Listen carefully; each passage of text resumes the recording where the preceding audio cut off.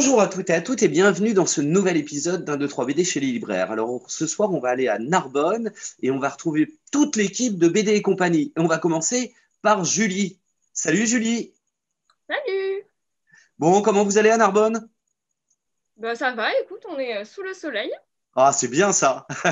Alors où se situe la librairie BD et compagnie? Elle se situe en plein centre-ville, juste à côté de la cathédrale, dans les rues piétonnes du cœur de ville de Narbonne.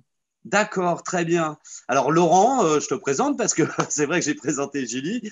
Donc là, ça va être toute l'équipe BD et compagnie que je vais voir passer. Voilà, tous les trois, oui. Ah, super.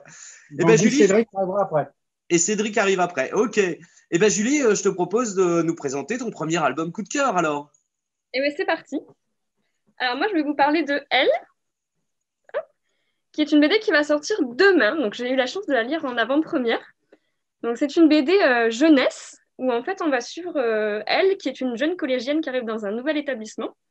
Et elle va très vite devenir assez populaire, puisque bon, bah, elle est plutôt jolie, elle est plutôt intelligente, donc elle va très vite se faire des petits amis.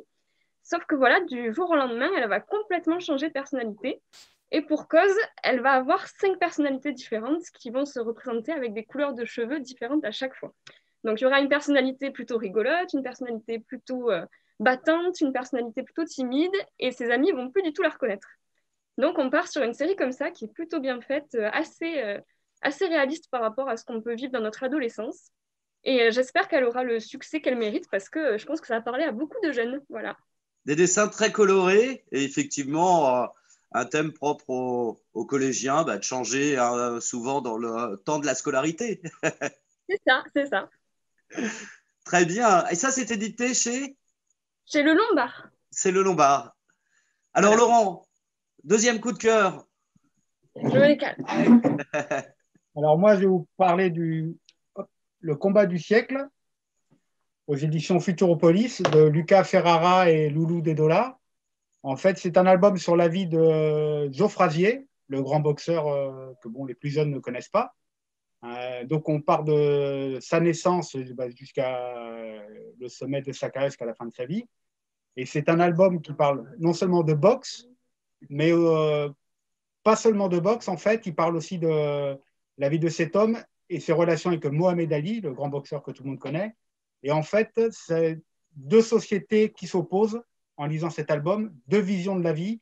Un qui est le grand adepte de Martin Luther King et l'autre qui est grand adepte de National Islam. Et on voit en fait que c'est deux visions de la vie qui s'opposent. En fait, ce n'est pas un album seulement sur la boxe, c'est un album sur deux optiques de vie. Et on découvre des choses pas si propres que ça sur Mohamed Ali. Et c'est un très très bel album et je vous le recommande fortement. Donc, le combat du siècle. Qui est au dessin sur le combat du siècle? C'est Luca Ferrara D'accord. et Loulou Dedola au scénario. Très bien. Et je triche Parfait. un peu. Hop, j'en sors un autre qui est magnifique, je vais aller plus vite. Un petit bonus. Voilà, un petit bonus, c'est de Monsieur le Chien et l'Odieux Connard aux éditions Fuite Glaciale. Si vous êtes fan d'histoire, lisez-le. C'est plein de faits d'armes réels, mais c'est invraisemblable. Et quand on en lit certains, surtout celui-là, le Carmania, c'est impossible et c'est vrai. C'est fait avec beaucoup d'humour. Et si vous êtes fan d'histoire, vous allez vous régaler. Il y a les pages historiques de ce qui s'est vraiment passé et c'est traité avec un humour pas possible. C'est à lire absolument. Ok, très bien, Laurent. Alors, un petit dernier par Cédric, où est-il? Il arrive, il arrive. Bonjour. Salut Cédric. Alors, un Bonjour, petit ça va. dernier pour la fin. Et le meilleur Alors, pour la fin, c'est ça? ceci n'est pas un message, hein. Ah non, du tout. Donc, moi, je vais présenter Bâtard aux éditions Kiun. Donc, c'est un manga qui est tiré d'une histoire sur Internet au départ. Donc, ça commence à se faire de plus en plus en France, que les éditeurs éditent des livres, justement, d'auteurs japonais ou même coréens sur Internet. Et du coup, Bâtard, c'est l'histoire d'un lycéen qui est mal dans sa peau parce que son père commet des crimes et il est complice de ces crimes. En fait, le père kidnappe des femmes pour justement les tuer par la suite. Et bizarrement, la prochaine victime, ça va être une fille qui est dans la classe de son fils et dont le fils apprécie beaucoup la compagnie. Et là va commencer, on va dire, comment je pourrais dire ça? Un jeu contre la montre où en fait, est-ce que le père sera le premier à trouver cette fille et justement à la tuer, ou est-ce que le fils réussira à battre son père en l'éliminant ou même juste en essayant de le dissuader de kidnapper cette fille et de la tuer. Projet Finestre, Et oui. c'est là que l'intrigue est vraiment explosante parce qu'on a énormément de suspense dessus.